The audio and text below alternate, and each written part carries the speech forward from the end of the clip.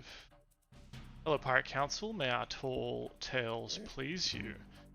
When last we left our heroes, they had been given a task to enter into the Afterlife Casino and thoroughly disgrace the owner, Queenie Togglepocket, the gnomish proprietor who was once a partner with Verity Kyle in this endeavor, but had pushed her out when Queenie got new investors and overhauled the casino into a Tiefling-themed 9 levels of hell afterlife extravaganza.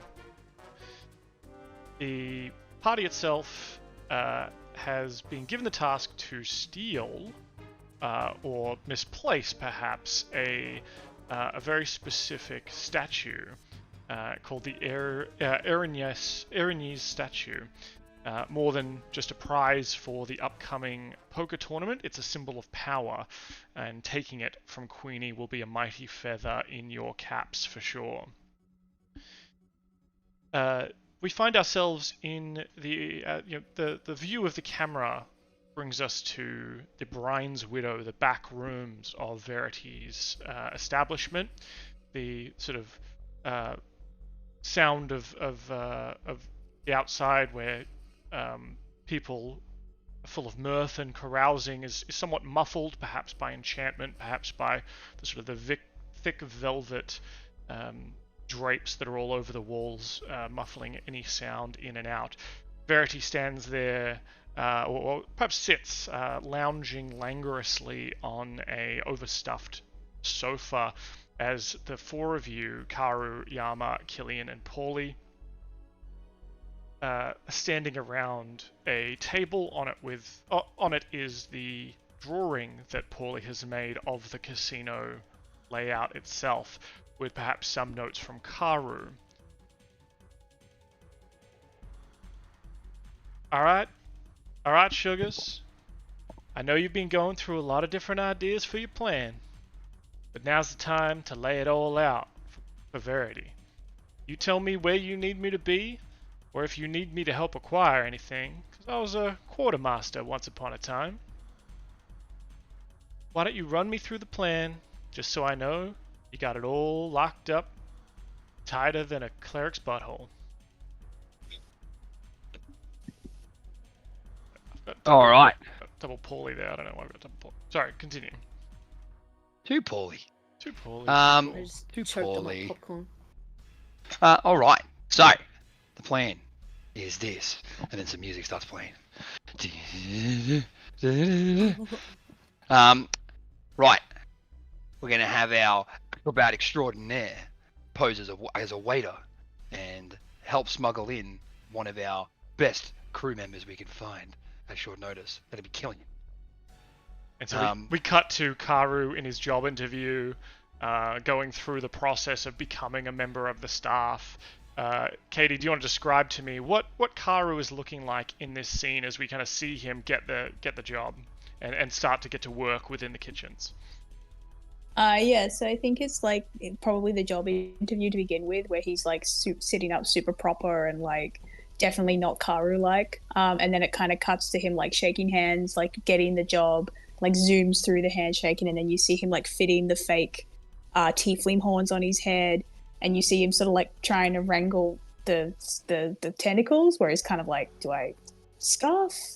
Do I make? And then like it's like a montage, quick shots of him making them look like a scarf, folding them all in on his back under his shirt, so like he looks bulbous at the back, almost like a turtle, to him going, no, that's ridiculous, to him like wrapping them around his arms so he looks like big and stocky, and he's like no. And so eventually he goes back to the scarf, and then I guess it's just him, you just see him like cutting to like learning how to fry the chips, because when you fry the chips, then you get to move on to like service, but you've got to learn how to deep fry chips properly first. And I think it's like that. And then eventually it's like him sort of, I think he makes friends relatively easy with the other wait staff, because it's Karu, he does that. And so eventually it like cuts to him like being shown the smoko door, like going out to where the milk crates are out the back above the waterfall. And he kind of like he kind of like comes back, and there's a shot of him explaining to everybody like, "There's crates behind the waterfall. Like, we could use that. There's no security." But yeah, I think that's Karu's journey to being a waiter. So we cut back to Karu, in the Brian's Widow, kind of pointing out on the map. There's a smoko area here. Here's where the kitchens are, and kind of filling in perhaps more of the back end details that Paulie didn't see from the outset. Well, Captain, it seems like you got fish man on the inside already. What's your next step? The next, we're going to have Yama enter the tournament and just be the affable, lovely gentleman that he is, and try get him to use his amazing sexy charms to wow your nemesis. By doing that, they're going to swipe the teleport key. So I guess we cut to Yama in his full mob boss attire persona that he's been taking on. Kate, do you want to run us through sort of what's Yama wearing, and how's he pulling off this mob boss persona now that he has an invite to the tournament? That he's been working on couple days leading up to the event, and like right up until the final moment is like piece by piece building this persona. So he's got this he's gone full like old man cougar style, and it's a very like velvet dinner jacket, but it's animal print, and there's fur on the collar, but it's still this like golden leopard print maybe. He's got the coif thing, neck scarf thing that's very like elegant to royal navy blue.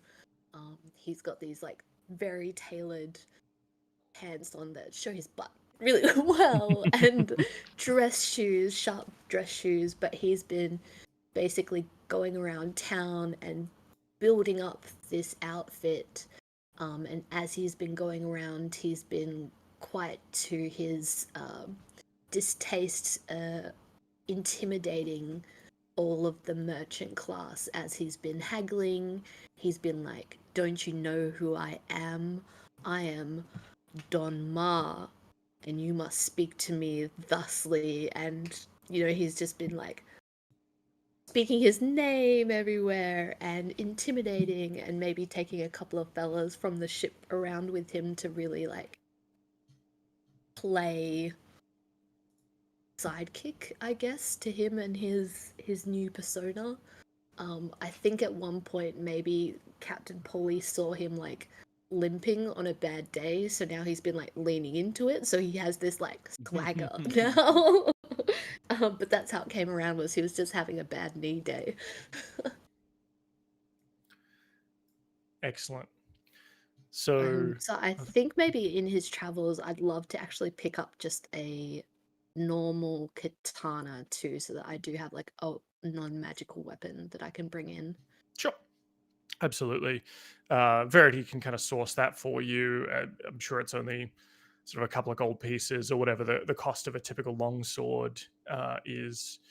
That's easy enough to get a hold of. It's perhaps the work of an afternoon for yourself or anyone else in the crew if you try and ornate it up a little bit, not magically, but if you're trying to make it ostentatious, crazy gluing beautiful gems onto it and things like that. There's a little dragon on there. Yeah. And is Yama like, he's wearing, I'm assuming the big kind of kimono suit, but, rings and stuff. Is he coming armored, unarmored? What's the... I'd love to have some kind of like breastplate that looks really ornate under his, his fancy leopard print jacket, dinner jacket. But yeah, unfortunately, I don't think we could say that that's heavy armor like he normally wears. I think there's probably like a half plate or something you could probably get away with. So it's maybe not as good as your typical, your adamantine gold armor that Yama normally wears.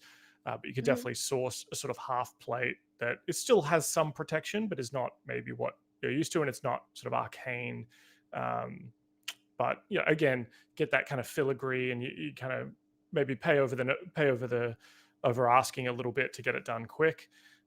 So I'll leave that to you to choose what is fair in the costs associated with this with these purchases. But Verity, as a long-time quartermaster, she's able to put you in contact with some people in town to kind of get this stuff for you. Beautiful. Well, I do declare, Mr. Yama, a fiercer mob boss I ain't ever seen, at least standing on dry land. Well, Captain. thank you. She kind of, nods her head to you in reciprocation there. All right, Captain, you got a man on the inside, and you got a man at the tables. What's next? Then we have our lobster, like a lobster on the plate. Killian. I think you're muted. Oh, you muted. As Paulie starts talking about Killian will like walk through late. Sorry. Oh, shit. So sorry, I'm late, guys. He's just got like a little notepad and a quill. And he's like, no. Sorry, I was trying to do some shopping, but I couldn't find anything. Oh, sugar. I got connections in this town. What you need and Verity will make it happen. Well, I mean, all I found was this book on delicious crustaceans. So I've been studying that, but I kind of need no, where did I put that thing? He's like patting himself down. He's like, there, my list. I mean, how much can you get pushing a hill giant strength for? I could probably get a fair market rate. Depends how much you need and in what kind of quantities. Just the one. The one will do, really. It's just got an idea for when I'm in the vault. Sure thing, yeah. Any kind of alchemical supplies, any kind of potions, hill giant, I think we can make that happen. All right. What about a scroll of minor illusion? Remind me what level that would be for like a spell. Minor illusion 5e. I believe it's a fairly low level. I think she probably can source it if it's like a level. Minor illusion's a cantrip. Oh, okay. She says, "Oh, sugar, I can do you one better. I'll get you major illusion. Only the best for those trying to take down my enemies." Sounds good to me. All right, and all else I need really is like something I can commit some spells to use, because like even if I turn myself into something, I'm not going to be able to take in my book. It'll set off alarms everywhere, So I need something, just a basic spell tome. Like a little black book. That'll do. Well, I think that we can make happen. I've got all sorts of old notebooks I've pilfered from all over, and if you don't mind staying up late, you can certainly transcribe the things you need in. That sounds good to me. For a scroll of major illusion, probably looking at 300 gold. For a potion of hill giant strength, I could probably get you one for 200. I don't know quite where my accent's going, if it's still staying true south. Hey, it happens. Don't worry. I started with it. Mine is now. The more I hang out with this bird, Too much time on the sea and it drifts away from you. Yeah, look. Well, 500 gold, you say? That sounds good to me. Yeah, 500 gold, we can get those things for you. And so they're putting you in a lobster pot? Was I getting that correctly? No, he is the lobster. Yeah, I'm just gonna I flip quickly through the book. I'm like, so here's my ideas. All right, a humble octopus, fit in great, tiny, small spaces. So if you put him in a box, I can really malleable, And they're Or- delicious, so that And I still flick works. through. Karu, we're not eating meat. That's not the point. But you need to look like you should be eaten. You need your food. Yeah, but I eat sulfurous rocks. I'm not saying we'll. I'm not saying every, we'll every eat good you. heist needs a good snack. Just saying. Exactly. You are All the right, snack. well, actually, Polly, I I got. thought I was yes, the I snack. am. Thank you very much, No, Karu. Yama, you are the you are Just the bouncing snack. my pecs. For the snack with Yeah. 2 C's, we need one with the C and a K as well. Yeah, we need a wait, snack and a snack. I rummage around in my coat real quick. I'm like, Paulie, actually, I got you these snacks, and I like hand him like this little bag. Ooh. And What are the they're snacks? sulfur chips. Oh, I'll try one. How bad are they? So like you pop it open, you just get a scent of rotten eggs. And I'm like, trust me, delicacy. Would you like one, Verity? Smells like my grandpa's nutsack. Oh, I haven't had sulfur chips in some time, and she'll delicately reach in and pinch one out between thumb and forefinger, and kind of toss it back, and just you hear the kind of crunch, and she says, better than pickled onions." See, right? I'll have one as well. Like these are delicious. Paulie, They're be like- very careful on them because it may hurt your beak. I feel like they won't go well with my fishy demeanor, so I'm gonna I'll try it. pass. I'll still try it. Just you can suck on them like a lemon drop, like. And then I'll quickly The flip ultimate through fisherman's friend. Instead of freshening your breath, it makes it so much worse. Yeah. I'll quickly thumb back through. I'll be like, or this was the other idea that we came up with. Just a giant crab, which is like a 40-centimeter across crab, not like a Rebellion. crab. I was like, one of these, but like, I mean, depending on if they're gonna sneak me in a box. I think the octopus was your best pitch. The whole like can fit into small things. Like I just wanted lobsterkillion. Lobstillion. We can do that later. Yeah. Yeah, we'll I can go do you whenever you like. Yeah. Yeah, Octopillion. Like I'll quickly just like Brilliant. thumb through the book again. I'll be like, I think "Is this a lobster, Karu?" And I'm like showing a picture of a lobster. Yes. Perfect. Okay, I'll commit that one to memory. Later. I'll turn into that later for you. Don't you worry. Thank you. If you need to see it, I'll make it happen. All right. So the giant octopus, the octopus. That's the way we're doing. Cool. How giant is giant? Oh you no, have I'm just gonna go. I think I'm just gonna go a regular Yeah. octopus. Snack 'Cause, size like, octopus. It's Wait, important. where is my giant octopus? I I'm think a almost giant certain a octopus giant isn't octopus is like 10 feet by It's- 10 feet. It's large, not huge. Yeah, so it's still So, it's still a quite 2x2 on the map. It's it's Yeah. bigger than I need it's- to it's carry you horse- on under a culosh. or whatever it is, Regular a glosh. octopus it is. Yeah, you need to fit Alright. under a glosh. All right, Yeah, so my we're going for appetite stealth. is big, but not that big. What about? You can't be too full with the activities that you will be needing to do later on. Hey, wait, Yama. I'll look need at my like strength. Verity real quick. We're like, Verity, how good are you at making things smaller than what they are? well, There's definitely That's a dick joke in there. Yeah, my Karu's like looking at Paulie, like trying to figure out the dick joke, but not quite getting it.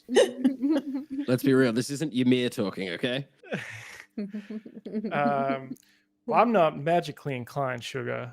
My power and strength has always been in managing books, so I can make figures a lot smaller and disappear. But as for a full-size man or an octopus, my first instinct would just be to shove it in even harder and slam the door. All right, not a giant octopus. I'm going with a regular octopus. Sounds good. I'll note off that 500 gold. Mhm. And then we're like, all right, now that all the information is out of the way, all the shopping's done, I can tell you the plan.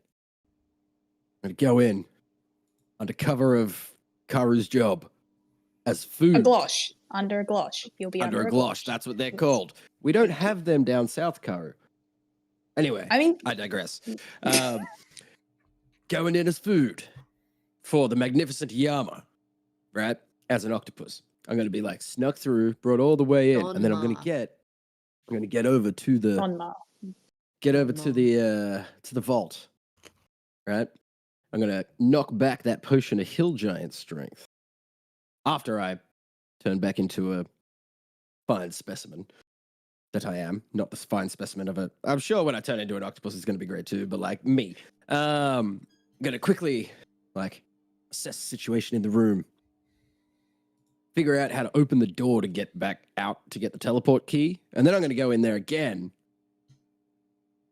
grab everything out of there, try to pack camel my way over to that teleportation area, and then gone.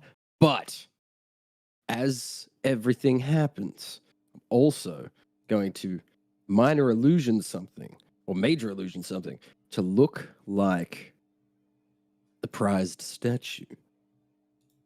But I'm going to try to work some of my special magic so that when it comes out, it just starts dropping Paulie's droppings from its eyes. Everyone will be embarrassed, and it will be amazing. Well, that sounds great, Sugar, if only slightly disturbing and disgusting. That was the point. I can't wait to see the look on Queenie's face when that statue starts dissolving into a pile of our Cochrane shit. So you'll be getting what you can and getting out. But how the rest of you are going to cover up the fact that y'all been there? Because once that shit hits the fan, so to speak, Literally. that place is going to go on lockdown real fast, and everyone's going to get detained until they sort that mess out.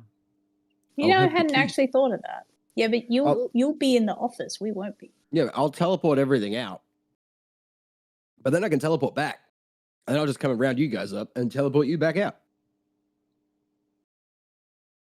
We might have difficulty getting into the office at that point. And I mean, Not if I luckily, teleport straight back into the office. luckily, they won't know it was us Yeah. because We won't be implicated. because I will have an alibi. I'm gonna get caught stealing something. I like point at Paulie. I'm like, fucking genius. No, he's a fucking idiot, but like it works. And I'm staff. They would never suspect staff. And I'm really good in bed. Yeah. Done. He do be napping. Like Gillian's just straight over his head. Where's my player's map? Here we go. All right. Well, it sounds like you got it all organized. This you can't see this map, can you? I mean, this is the most thought out plan we've ever had. Yeah. Seriously. How's These that? 4 people do not plan. Nope. Nope. So Yama's going to seduce Queenie. Killian's going to get the stash, make the trade, and get out. And Paulie's going to assist in taking some of that heat off of Killian. Do y'all even need me there? Yes. I mean, would you not like to see it all go off without a hitch? I Be certainly a wouldn't mind getaway standing in the driver, corner. maybe. I mean, could you assist us in getting out once it all happens? Well, tell you what. I'm sure I could become a help. I don't want to risk my reputation. But if you're in a bit of a bind, perhaps we can coordinate a little bit on the day. And if you need any assistance, and I think she'll produce at this point maybe like small sending stones. Once we can talk to her, yeah, sick. And so I think like the idea is that you can have maybe like a little earpiece in, Love it. so you're still in Yes. contact throughout the heist. Love it. And she says, I'll spend my time wandering around, trying to make nice with Queenie. That'll put her on edge for sure. and then I'll just situate myself perhaps at the tournament to watch it all play out. Maybe you could mention that I'm your friend, and that's why she'll come and look for me. Oh, we should definitely be seen together. We should. We'll go hit the gaming tables. We'll hit the bar, and then perhaps make a bit of a fracas as we get to the tournament space. You can get escorted away. She won't be bold enough to hold me, I don't think. She likes to pretend we had a good parting. But you, Sugar, you're fair game. Perfect. What if we went out once we've done everything and we need to get out? Paulie, you suggested this ages ago, but I think you just wanted to do it for kicks. What if we cause a stampede from the circus? I would love that. That is something that I really want to do. Right. Like that's the thing you do at the end. Yeah. Like once we know it's all out, as long as Killian's out, that's like the big like chaos moment. That could be something I could, because at that point I'll be pretty much done running stuff around. So maybe I can like. Yes, do it. Do it. Your battery ran out, Jill. Yeah. Saw that. Hilarious. Cool. Absolutely hilarious. All right, if you're all happy with the sort of overarching plan, I think we move to the next phase, which is the execution phase. So, Our execution. Bit of foreshadowing there. We go back to the beginning. You know, your evening begins with an air of anticipation as the carriage bumps along the cobblestone road. Yama, Paulie, I guess you're both in this carriage, but perhaps in separate carriages, but going through the same thing. Paulie, perhaps you're there with Verity, dressed to the nines, as it were. To the nines. Something that's glaringly absent on Paulie's waist is Talon and Shrimpy, who he earlier got just dropped onto the smoko area for a certain waiter to grab for him. Very good. Shrimpy, I think, would definitely be able to sneak in because he looks like a shrimp. Okay, Shrimpy, but the Talon. The sword might be a bit difficult, Yeah.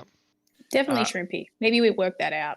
Like we gauged it. Like maybe Karu had Talon and he was like poking it through the door to see if it set off any alarms, and he was like, "I'm not risking it. Just give me the thing that looks like food." All right, done. Shrimpy it is. Don't worry about Talon. Just leave Talon at home. You don't want Talon taken off you and then put in the vault? No. Okay. Oh. Yes, that can happen. I didn't realize it went to the vault. Yes, it's okay. But that means he can get it too. Yes, yeah, cool. I'm cool with that. Okay. Yep. So back to my description. For you rudely interrupted with very good character development. Your walk in the road, a freshly painted and lacquered sign catches your eye.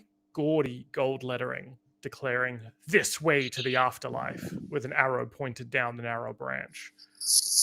Following the sign, the carriage takes you a short distance to a cobbled turnaround where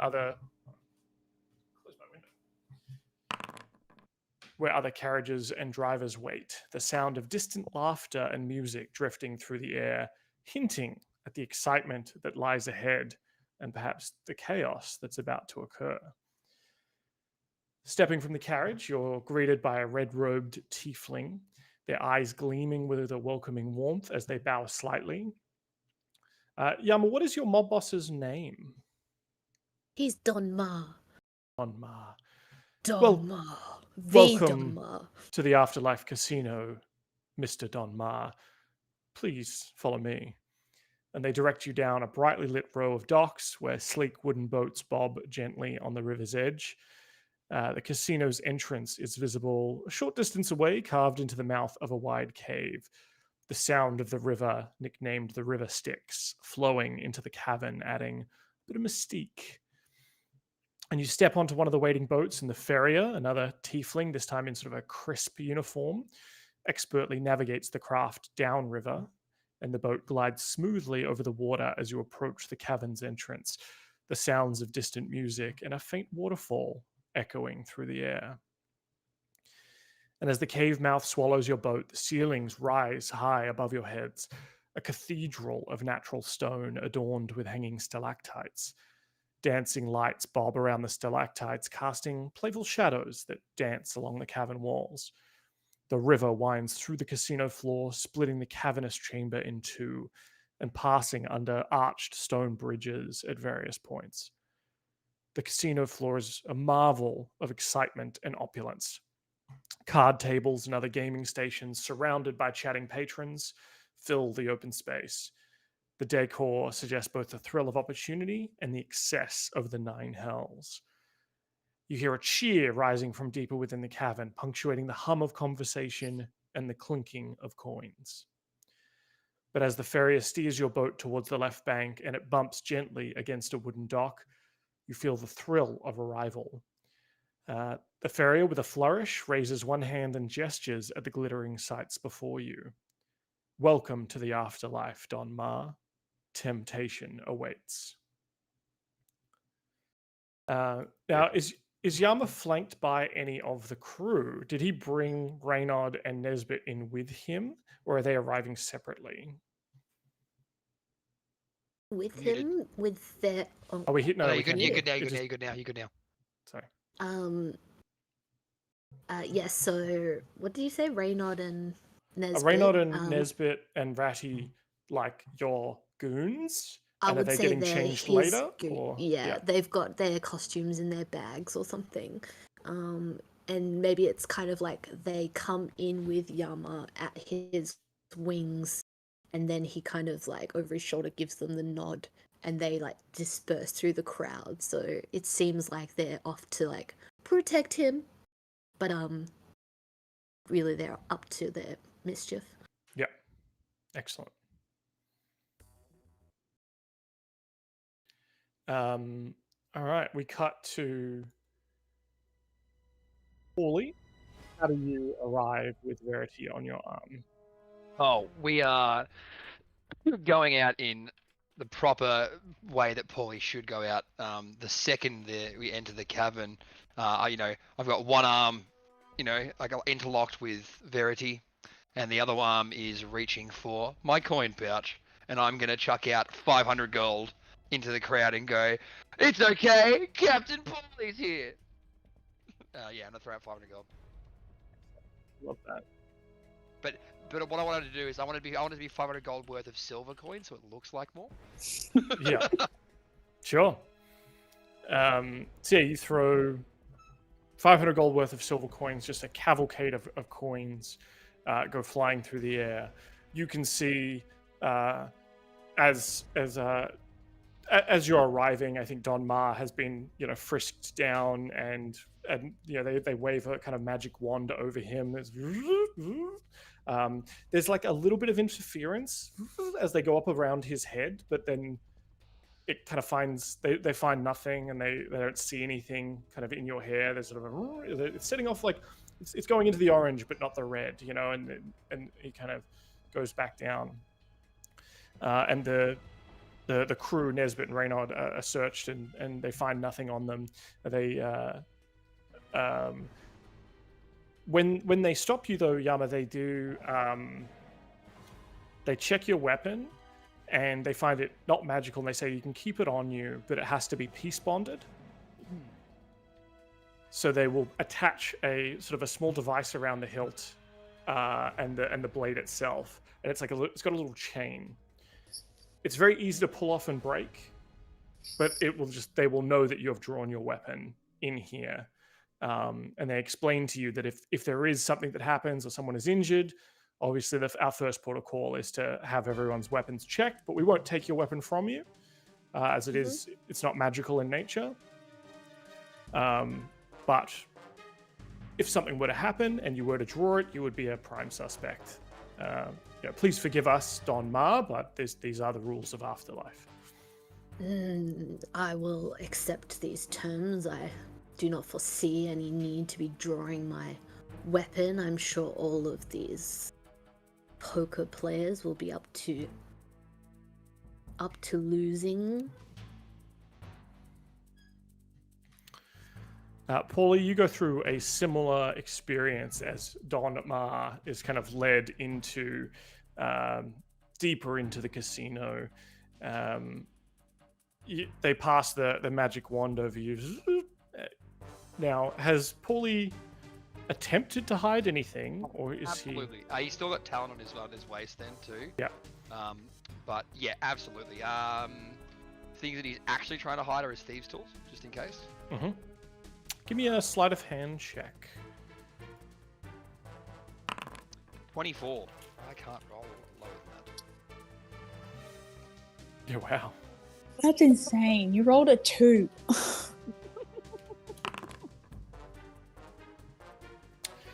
Where do you hide these thieves' tools? Those like they'll be like in the ruffles on my feathers, you know, like so I'll put them in the feathers, you know, like underneath my clothing, you know, dispersed actually across my body, so that way I can reach for anything I might need easily. And they pass the magic wand over you. There's no reaction until it goes over your sword, and there's a sorry. No, you keep going. I'll do this. And they kind of gently kind of pat you down for any other weapons, mundane weapons, but they say, I'm sorry, sir, but you will have to relinquish the blade. There's no magic in the afterlife. No magic. And no blades as a whole? Some weapons are allowed for our special guests, for our VIPs, though they must be peace bonded if you are to bring them in. Okay, all right. Paulie has about 15 daggers. He's going to take all of them out, like one by one. Yeah. Oh, that one there, you know. That one there too. That one there too. And then 15 daggers, just like all there. Yeah. Like, and there's talent too. Where are you putting my sword? We shall. He kind of hands you the equivalent of like a valet ticket, and he says all of these will be stored in the vault amongst our, and will be incredibly safe. You can be assured, and we have. We have documented everything you have brought in with you, and it shall be returned to you promptly. That's okay. upon your I exiting. probably won't need this ticket anyway. I'll be seeing those weapons soon. Very good. And you and Verity are kind of let in. Verity goes through the same. She's wearing just the longest, slinkiest black dress that's kind of offsets her red skin.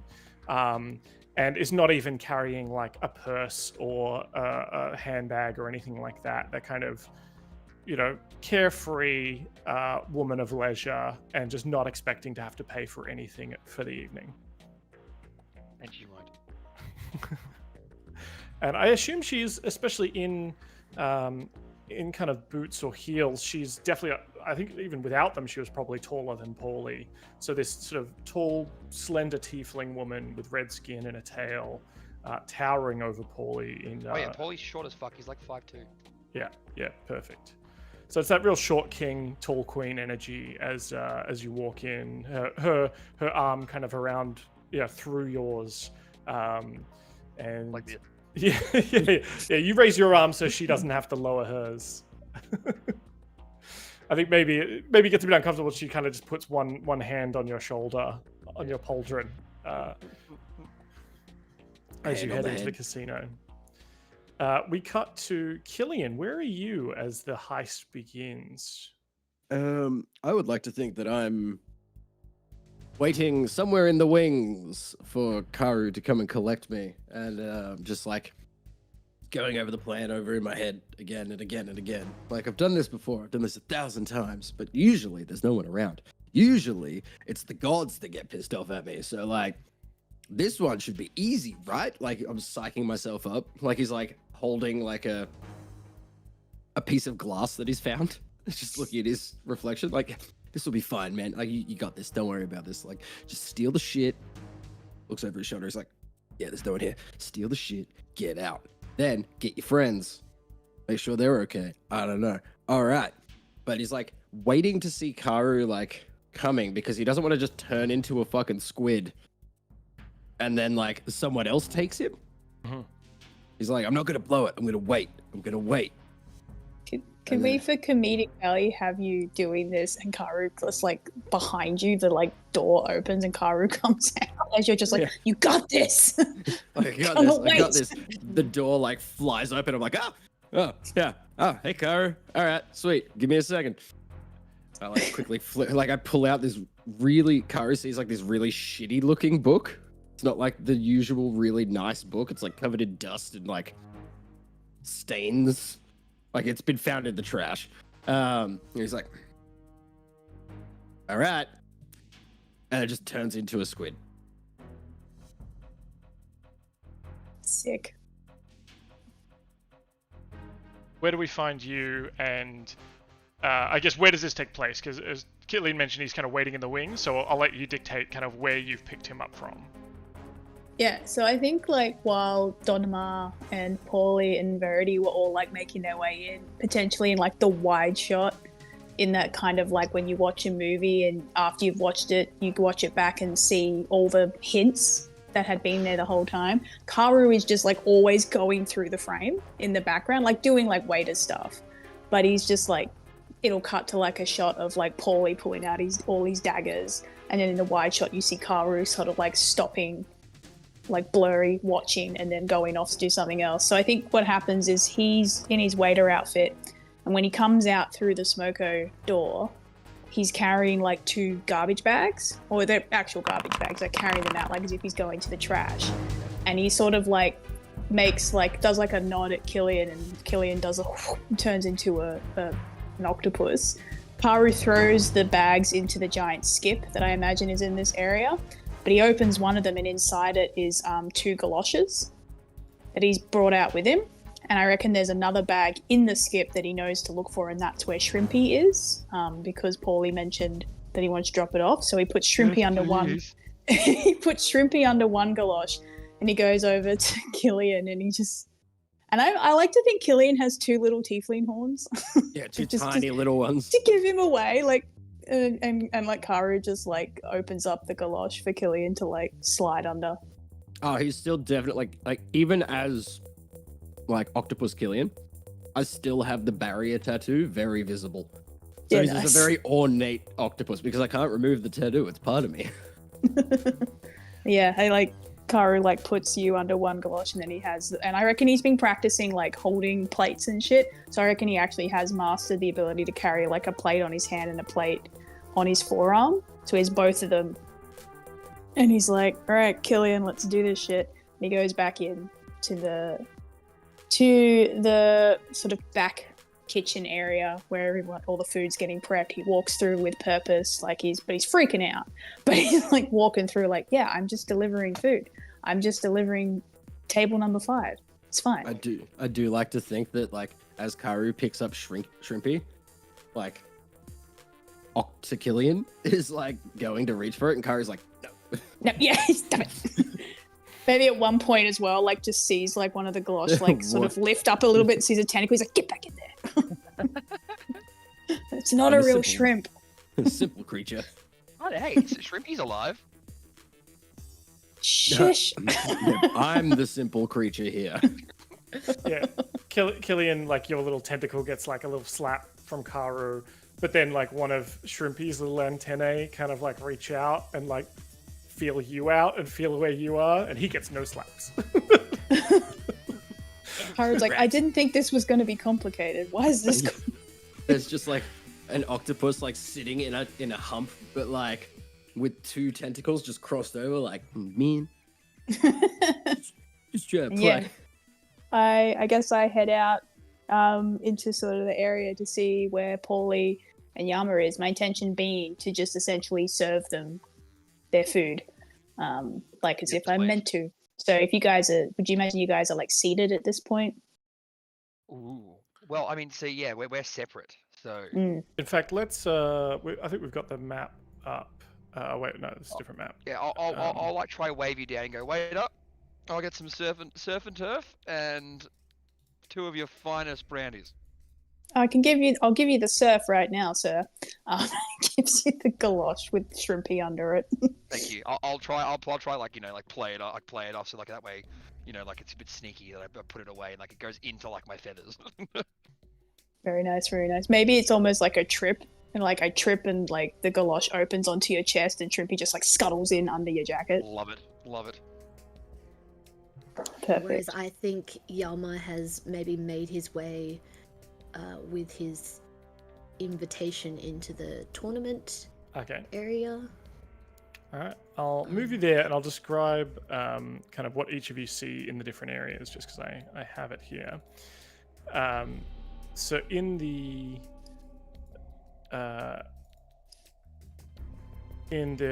restaurant area, the restaurant is named Nessus, and it's sort of 20 feet below the casino, and is reached by a spiral staircase that has led you down. Karu, obviously you're very familiar with the layout by now, even only being here for sort of 24 hours or a couple of shifts over the last couple of days. The restaurant's dining area sits on a ledge behind the waterfall of the River Styx. The ceiling here is uneven, but is roughly sort of 12 feet high, and a smooth wall separates the dining area from the kitchen.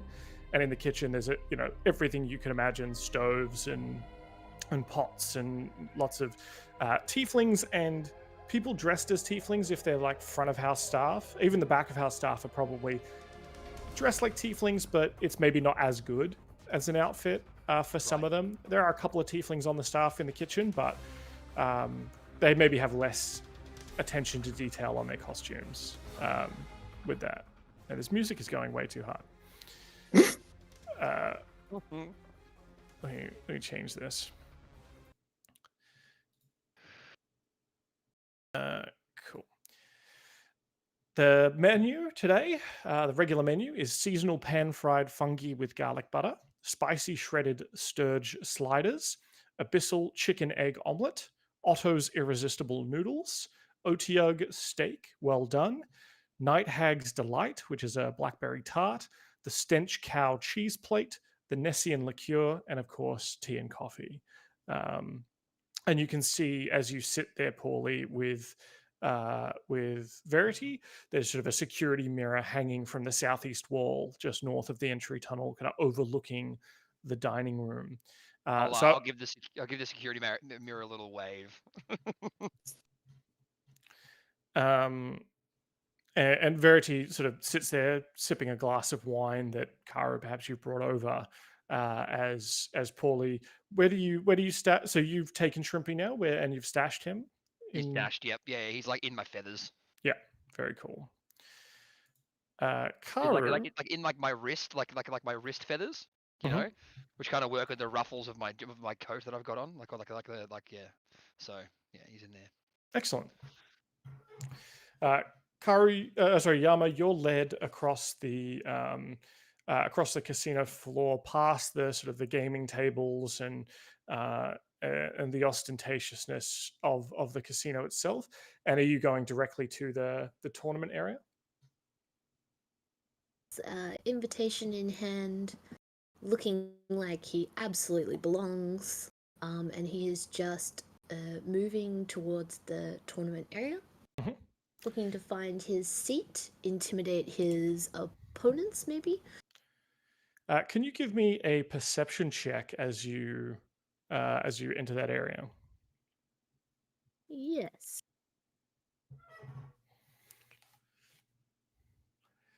Natty 19 for 24.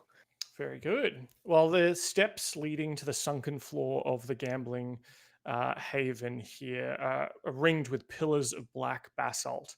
7 poker tables take up the floor space.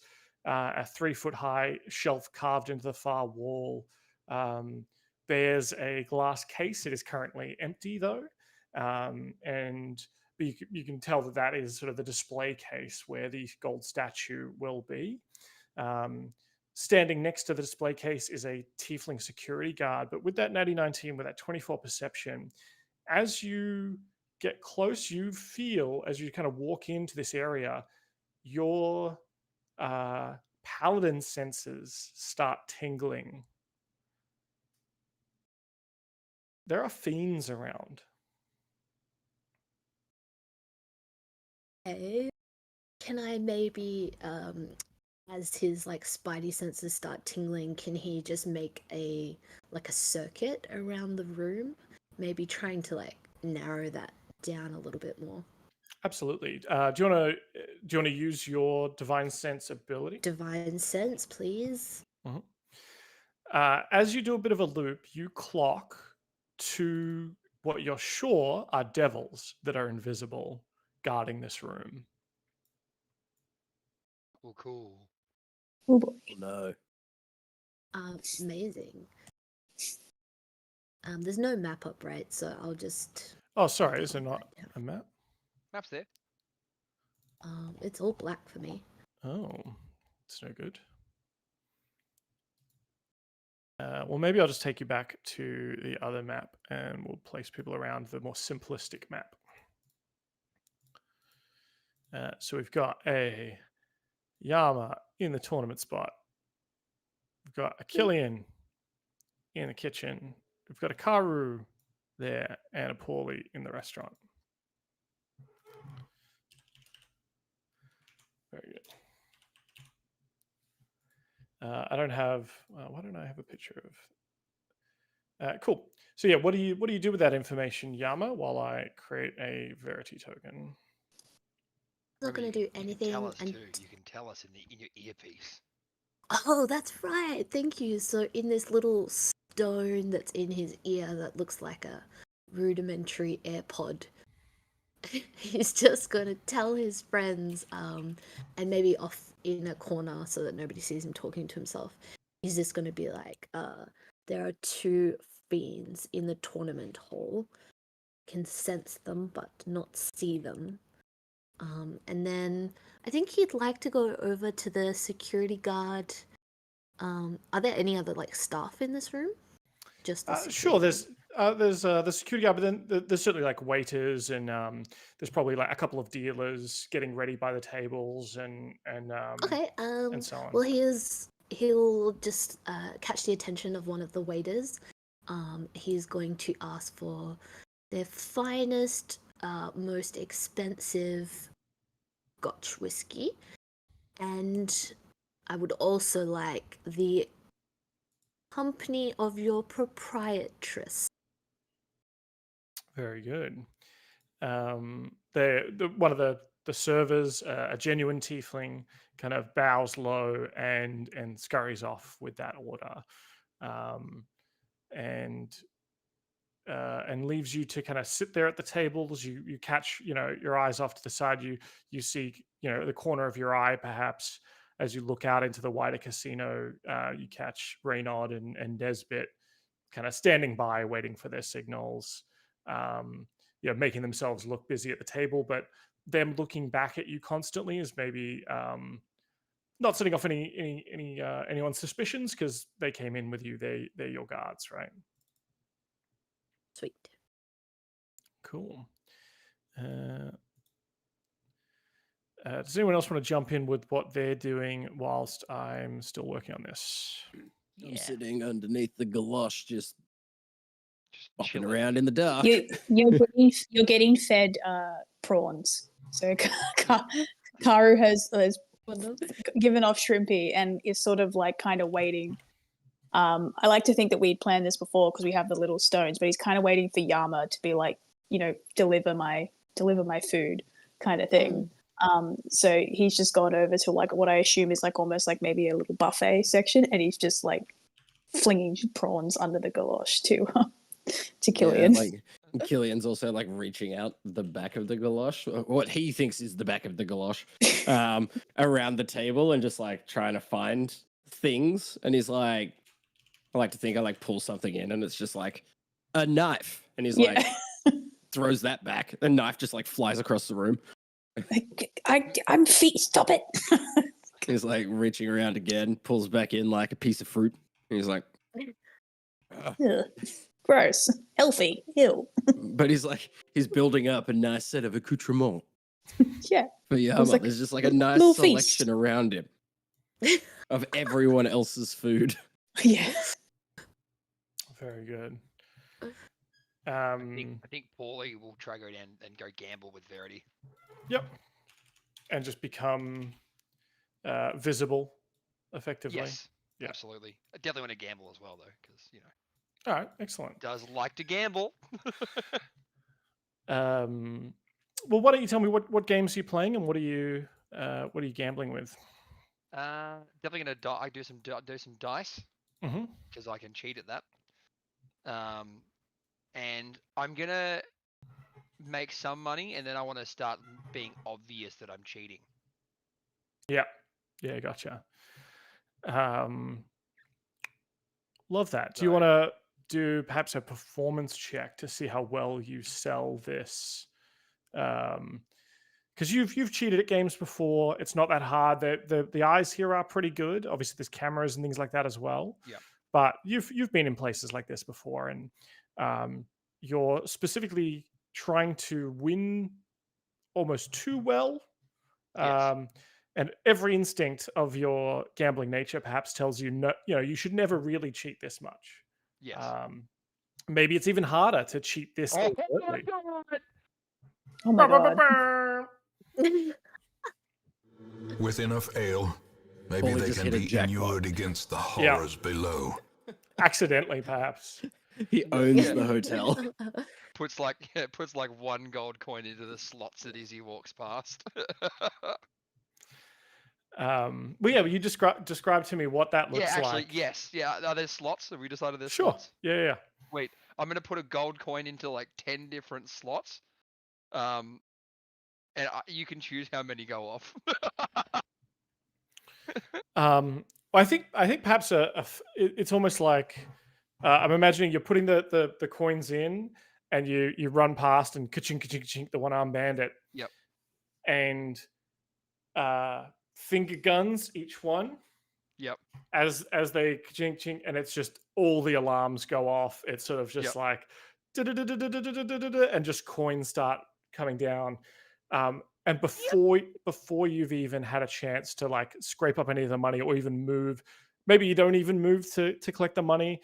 Verity's kind of like sitting there on one of the bar stools, just kind of watching this play out. Mhm. The staff are kind of on you instantly, and as they are, you see across the hall, on the other side of the hall, like a gnome being escorted by a couple of security, was making her way over to the poker tables where Yama is, but with this distraction that goes off, even her two security, she tells them to peel off, and they come lumbering over to you. These are sort of big muscular tieflings in purposefully ill-fitting suits. Like these guys are obvious muscle, not just muscly. these are like pit boss guys, for right. the casino. These guys are like Batman thugs. Yeah, and yeah, hell yeah. And Queenie kind of catches your eye. She looks briefly, maybe it looks over and to see Verity there. And Verity just gives like a nice little, hey. You're surrounded by about 4 or 5 members of staff, these sort of tieflings in the waistcoats and the dress shirts. And they're like, congratulations, sir. If you'll please come with us so we can make sure your winnings are distributed to you promptly. We just have a few questions before that, maybe some paperwork. It was such a win. If you'll just join us back here, and they kind of motion to, they kind of surround you at like it's a request, but not a request. Yep. I'm gonna be like, you can say no, right. but if you that was don't, a good bloody win. Fair enough. I'm gonna pick up some coins and just throw them into the crowd. Yeah. They'll get one of the staff will kind of put stuff in a bucket, pour a bunch of the coins into a bucket, or the tokens or whatever it is here, and you'll be asked to. In fact, I think they'll give you the bucket, like as yes, you've won this, but then very tightly kind of escort you into the back rooms. There's more of a bucket. There's more buckets than just one, though, because I mean, Yes, yeah, but they see your hands are full with just one, and that's probably for the best as well. They want your hands full. Perfect. Yep. Done. No worries. Fully happily just goes in. He's like, I've never won like this before. Where's really playing it up, like being like the silly tourist pirate. Yeah. While this is happening, obviously we keep mentioning that Karu's kind of in the background somewhere in his, less than perfect tiefling disguise. I would love you to chime in, Katie, if you feel the need to. Where is Karu in this the little non sequitur in the background? Like, where's Wally in the frame? What's he doing in the background? I think, I think at this point he's probably come out of the restaurant with Killian, off to Killian, and I think maybe, maybe just in the background he's part of the crowd that's maybe picking up some of the coins that Paulie flung everywhere, like just because he's shit, it's money. And then I think he's kind of just trying to look busy now because he's sort of waiting for his next cue. So he's doing a lot of that, sighing and just like, oh god, and just like making his way through the crowd. But if anyone was to actually like truly pay attention to the footage, they would realize he's just making a circuit at this point, and he's never putting. I think maybe he does a pretend where he like puts the galosh down, but he picks it back up. So it's like, if you saw it at one point, you think he was serving food. If you saw it at another point, you think he was picking up food, and he's just play acting at this point. But he is keeping an eye out. Not that he could see invisible fiends, but he is kind of like maybe just reassessing the environment now that the tournament is actually happening, rather than the sort of prep work that he's been used to. So yeah.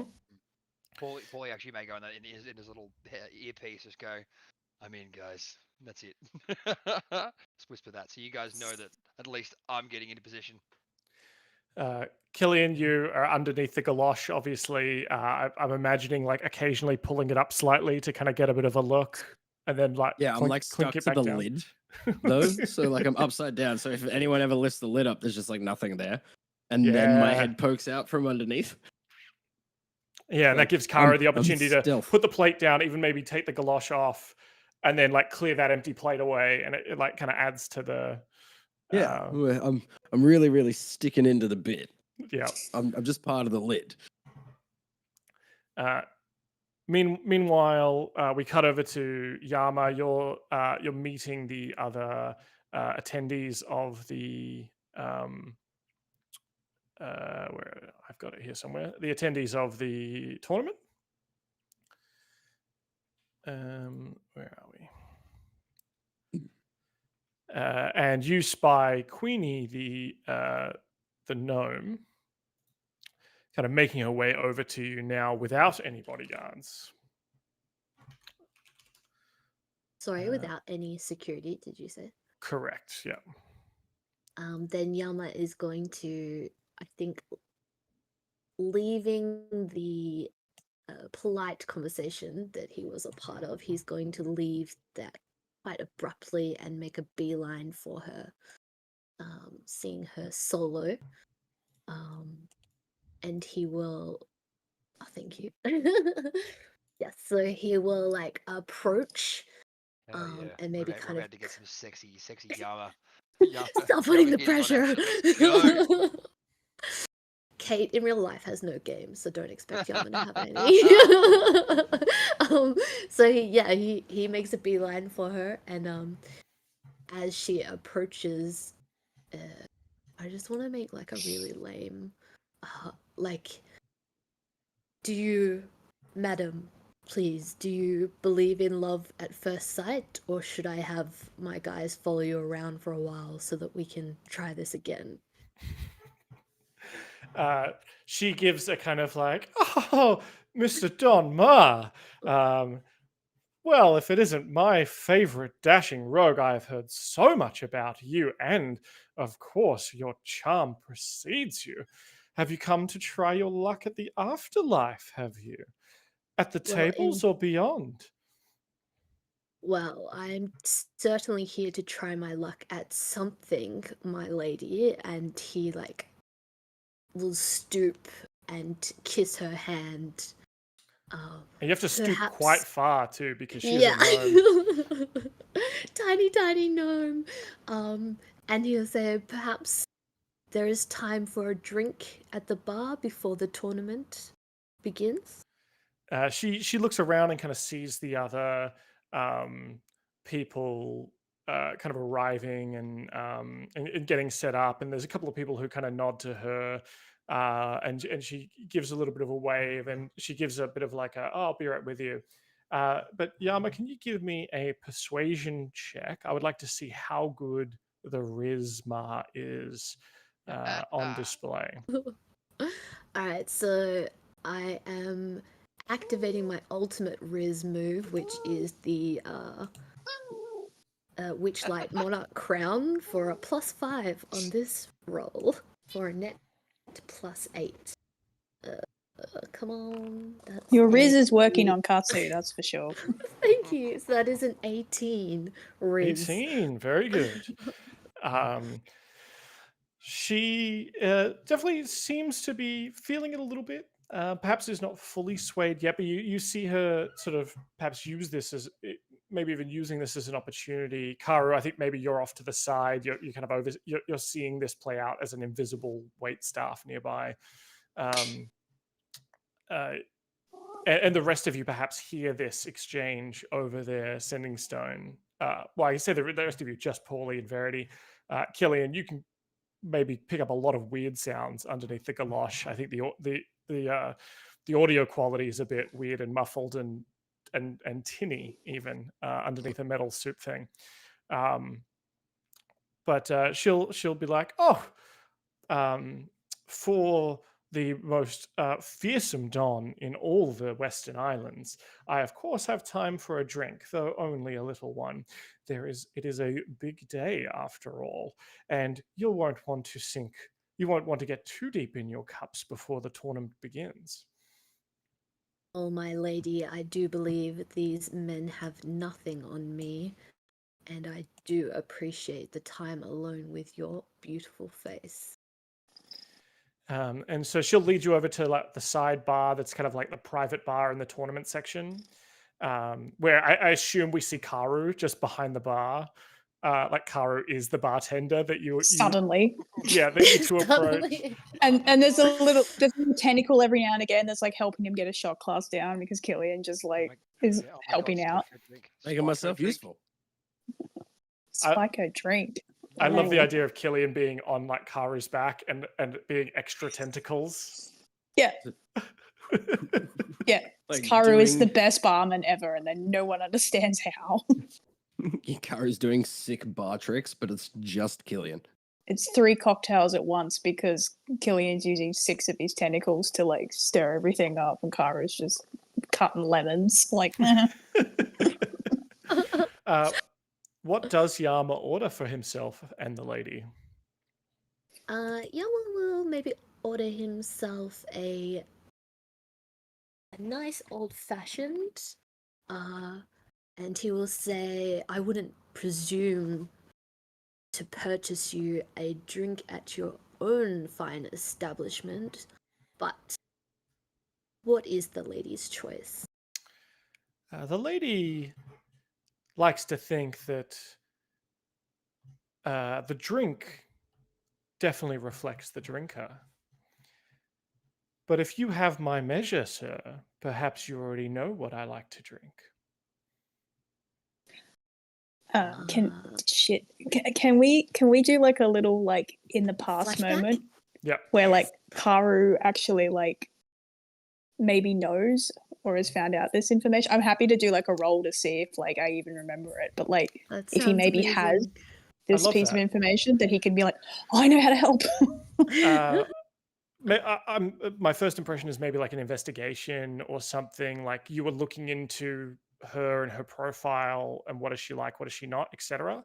I will if Killian would like, I can also give you advantage if Killian is aiding in this, as I imagine he is helping you grab drinks off the shelf, perhaps giving you the right bottle to remind you which one it is, because Killian remembers the plan too. He perhaps just can't.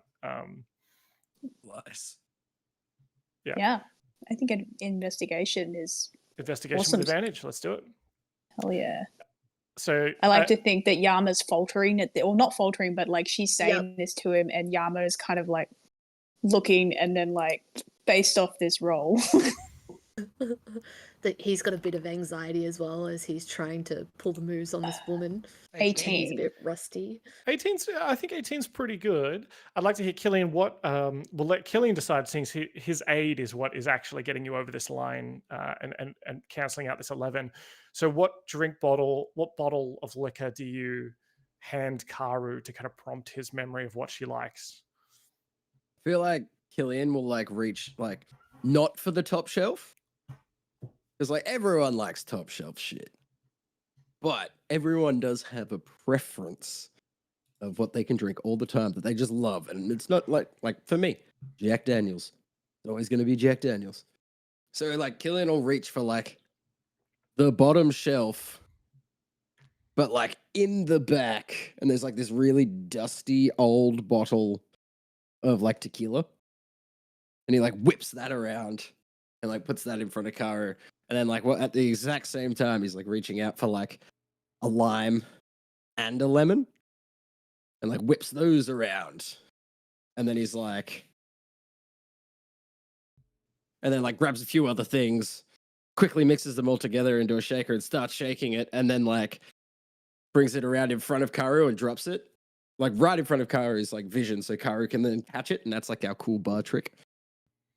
Fun. I think while Killian's mixing the drink, Karu like just turns the bottle to Don Ma so that he can see that it says tequila.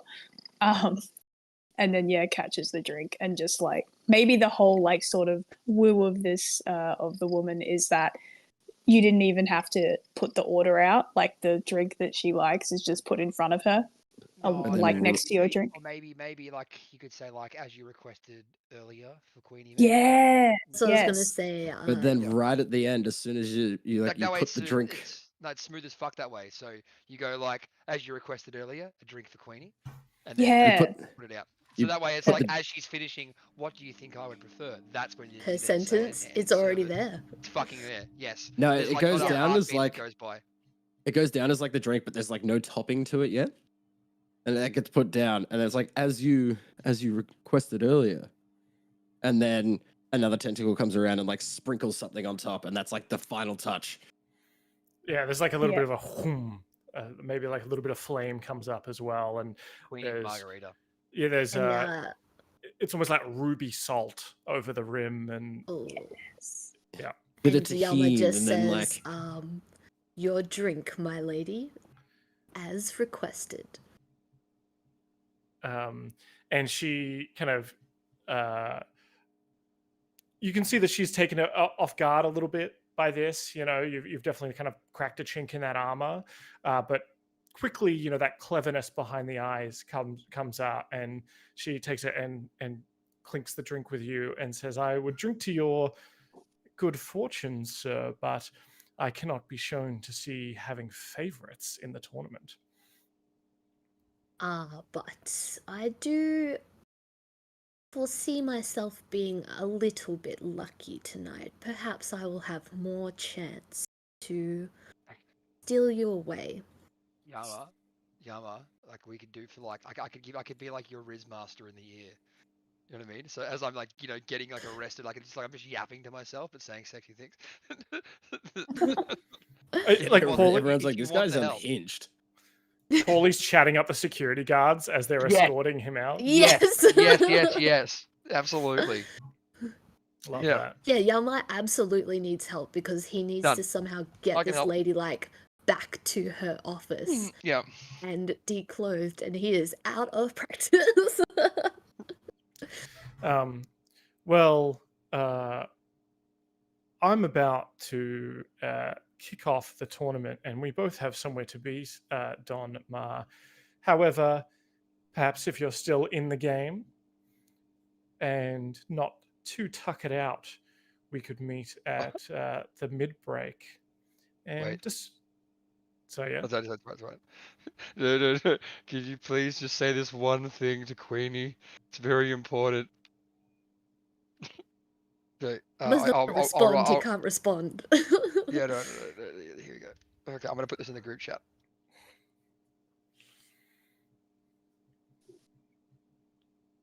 I don't have that up. Damn it, Paulie, you're on the wrong channel. Sorry. Jesus Christ. I can't. You gotta use it. You gotta use it. Yeah, I was gonna file that one away for later. No. It's like when you're really, is it telling you what to Oh, say, and fuck. it's been like hit after hit after hit, and then that one friend comes along like, I got a great idea. I think Yama's face goes red after hearing these words in his like Redder ear. than it normally is red, so it covers Red- it well. He goes a deep purple, and he hides his smile by like taking a sip of the drink. He offers his arm to the lady, and he says, "Well then, let us move time a little bit faster and get that tournament started, so that I may see you again." To be continued, and I look forward to seeing whether you're whether you will get lucky or are indeed a winner. Karu, you hear this pickup line from Paulie as well, I assume. How do you cover your face? Or does Karu? I haven't actually read it, so I don't know if Karu would even like not get it. It's just a weird surfacer thing. It was just perfect for Yama, really. Yeah, no. Yeah, I reckon at this point, Karu and Killian like are now inventing drinks, like to the side. It's mostly Killian inventing drinks and Karu just being like, "Whoa!" And then you hear that line, and Karu does not contain himself very well, and he actually kind of maybe just like knocks over like the drink and makes a little bit of a clatter. Mhm. And kind of just ducks down under the bar to like, oh, I'm just cleaning it back up. And he's just kind of hiding the fact that he can't stop giggling. I would Very like to good. add that there's a specials board up behind, like house cocktails board behind the bar, and there's like a new one that's been scribbled very quickly that's like squid ink margarita. Yeah. And then there's like a little vial of just squid ink with instructions under like, and then there's like another set of instructions on the bar as well. Like I like to think there's a chalkboard on the bar for some reason, because there's no way that this is going to be printed out in time. And I don't have Sure. a pen. I just found some chalk. Yeah. There's always got to be a and it's chalkboard, like a slate, or whatever. Yeah. one drop of squid ink per margarita for effect. But it's really hastily written, like you can barely read it. It's like a really drunk bartender has written it at the end of the night after they've served all the worst patrons all night, and they've just had enough. Yeah. I think if Yama and crap, I forgot her name, Queenie, Queenie. are moving, I think Karu will get Killian back under the silverware. Oh. We got work to do, man. This is just fun stuff. Well, He does steal a section of the chalk. I guess this does give you a great opportunity, Yama. You're here, or perhaps your retinue is here with that golden box. I don't have the key yet. Yeah, that's Right. why I thought you were gonna try hit on her more to get the key off her. Oh, okay. I think we're gonna have to like advance time to the midway point. Mm-hmm. Because fine. I need to like basically get her into her office. Oh, that's fine. I was seeing if you wanted to start moving Killian into the vault now and then try and get him the key later. Killian can get put in the box now. Doesn't Yeah. need to be under the galosh anymore. I can transfer into the box. If we want to do that at this point. And then you can ask Queenie to store it in the Maybe that's part of the kerfuffle, is that like of like when he's laughing at the paladin line, pickup line, that he like knocks the box or something, and like Killian like slots into Killian it. gets into it really, really like at speed, so it like rattles as well. But like the whole But like then- dropping the glass is like cover for that against essentially like Karu being a klutz. So while we're still at the bar, this box is gonna fall out of Yama's equipment basically, and Because as Queen- from memory, just as part of the plan, the statue is going to be out on display during the tournament. Yeah. So I thought Killian was going in before the statue gets That's pulled out of the exactly vault. yeah. So you needed okay. you needed to give him the teleport thing, and get the Oh teleport no, I just thing. need to steal the thing and move it somehow, and then replace it with You the can probably fake. steal it off Queenie as she stands there. And at some point, I've got I to don't get have the. any sleight of hand. No, like, Yeah. I know, that- I know, but I'm saying like you've got Octopus, Killian and Karu there. Well, someone can steal the teleport key while you distract her and flirt with her. I was more thinking like, it's an idea. I was more thinking like the whole wooing thing still happens, but like we maybe cut back to Killian. the planning stage where you're Yeah. going through the We're different arguing. like the layout of ideas. Yeah. Yeah, like Killian maybe. Okay, sorry. Maybe maybe it's like Killian gets in the box now, gets put in the vault, because at this point Paulie is going into the security room, so he is like in like prime position for Killian to like disable the security mirror. But maybe the handover of the key is just risky, but it's like Yama does the thing, gets the key, Karu gets the key, and Killian's coming out of the vault and Karu's giving him the key. Yeah, like because I can it's steal the shit before I get the key. high risk. Yeah, Killian could move half the shit into the office if he wanted to, and then just like, I've just got to Bamf get the out. key to the office. So we could Sure. do that potentially. High risk, high reward. this Yeah. this But then golden you talk box to basically falls out from his pocket, and as Killian is climbing in, Yama just places his drink back on the bar. Perhaps you might do me this favor before we head back, but this is quite sentimental and precious to me. Perhaps you might store it within your most secure vaults while we head back to the tournament. I wouldn't want it to go missing. Of course, Don Ma. Now, Killian, just because I want to see a roll as an octopus, can you give me a stealth check or some other equivalent? I would love to see an octopus, a regular octopus, how sneaky you are getting into that box. And of course, Karu, you're there too. Yama, you're there too. So if you want to, yeah. My sort of like clumsy like clattering of glasses, could that give him advantage because it's a distraction? Yep. Sick. Wait, I'll My take flirting that. is obviously Apparently. distracting. Octopi are very stealthy. So here's the octopus stealth check with advantage. 19. I think a 19 is pretty good. +8 to stealth. The other Well, one was a God damn. 2. that Yeah, makes I know. sense though too. Yeah, They're I pretty actually sneaky. have underwater camouflage, so if I go like hide in the waterfall, I can just go invisible. That's cool. So yeah, Yama, you kind of put the box down. Killian, you crawl out from behind Karu up over the bar. Leaving your slate but keeping the chalk, and maybe even grabbing an ice cube or a prawn or an olive on a stick as a travel snack, and crawl your way and get all squished up into the small box. It's a bit tight, but you can position yourself in such a way that you've got your snack on hand, you've got your bit of chalk, you're ready to go. Yeah, I'm gonna like start tagging the inside of the box. Octokillian was here. You do that. You do the cool S on the inside. Yeah, absolutely. And was is WU and then the cool S. Yeah. Very good. Queenie is like, oh, of course, Don Bar. Let me, and then she motions over to some more tiefling, some of the sort of actual tiefling security, and says, please carry this for me.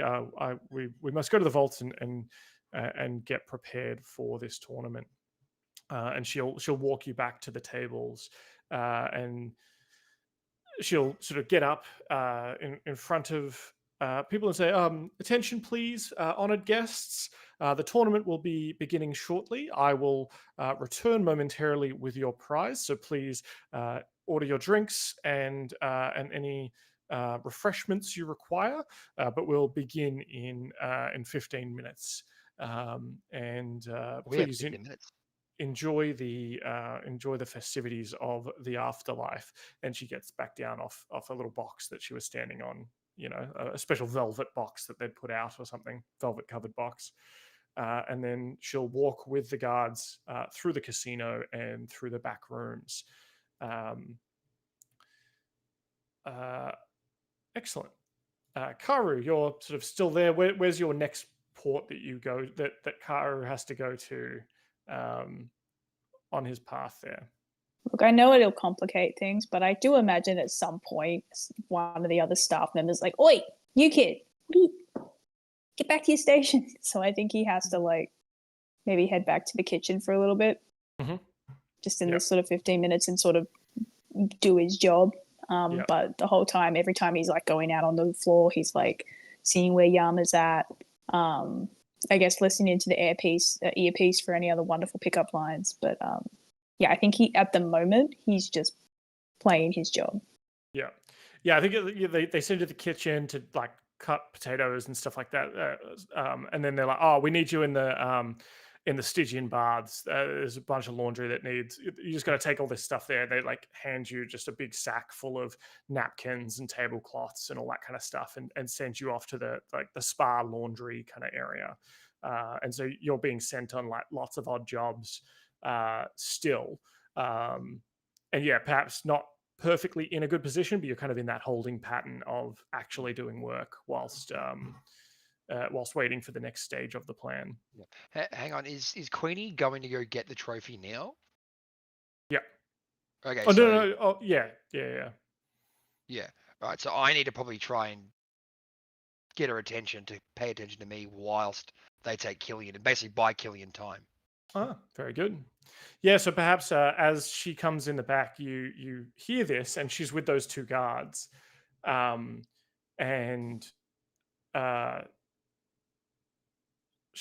they kind of give her, or some of the guards who had you, you're being held sort of in the security office, not in the not in the prison part yet. You're kind of in the security room, right? You can kind of see the screens, and one of them sort of steps out, sees her through like the window in the door or something like that, steps out, and you kind of slightly hear a conversation. I guess Killian, you kind of hear a muffled conversation where they explain what has happened. And she tells the two guards with Killian in the box to kind of go ahead and pop that in the vault for Mr. Don. And she comes over to see you and sort of struts into the security office where you are, Paulie. Perfect. All right, Queenie, hello. Now, your security has been nothing but delightful to me, and I'm going to try and panache all of them. Just panache them. Just get this charmer going. Yeah, absolutely. Give me a performance check, is it? Or is it a... Persuasion. Persuasion? Let's look at what... 21 against their insight. What has Queenie got here? Okay.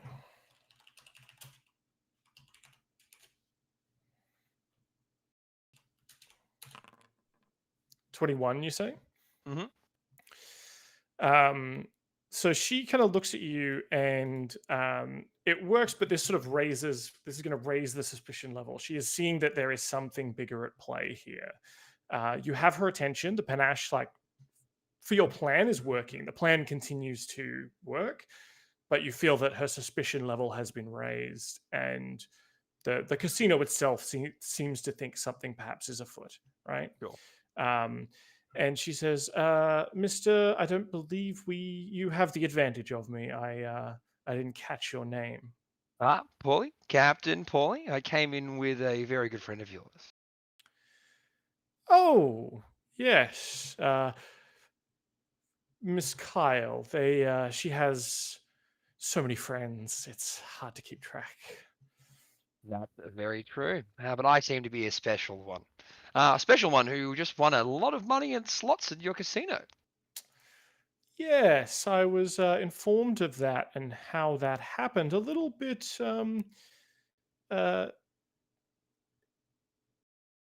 coincidental, wouldn't you say, that my former partner in business brings a friend along who I'm told that you birth yourself on a pirate ship in town, and here you are making money in my casino. What pirates do. We sail around on a pirate ship, make money wherever we can, preferably lots of gold. And yeah, I mean, we have good friends like Verity Kyle. She's lovely, isn't she? She certainly is. We used to work together before. You never Uh, mentioned that. Before that was new to our me. business ventures, we decided to retire together. Unfortunately, she just didn't have a head for business and decided to exit the investment. But we both did some time together on a pirate ship ourselves. So I'm very well aware of what it means when a pirate enters into a casino and starts winning money. Look, that was just lucky. I mean, sometimes the house doesn't win. I found in my experience, the house always wins, Mr. the Parrot. And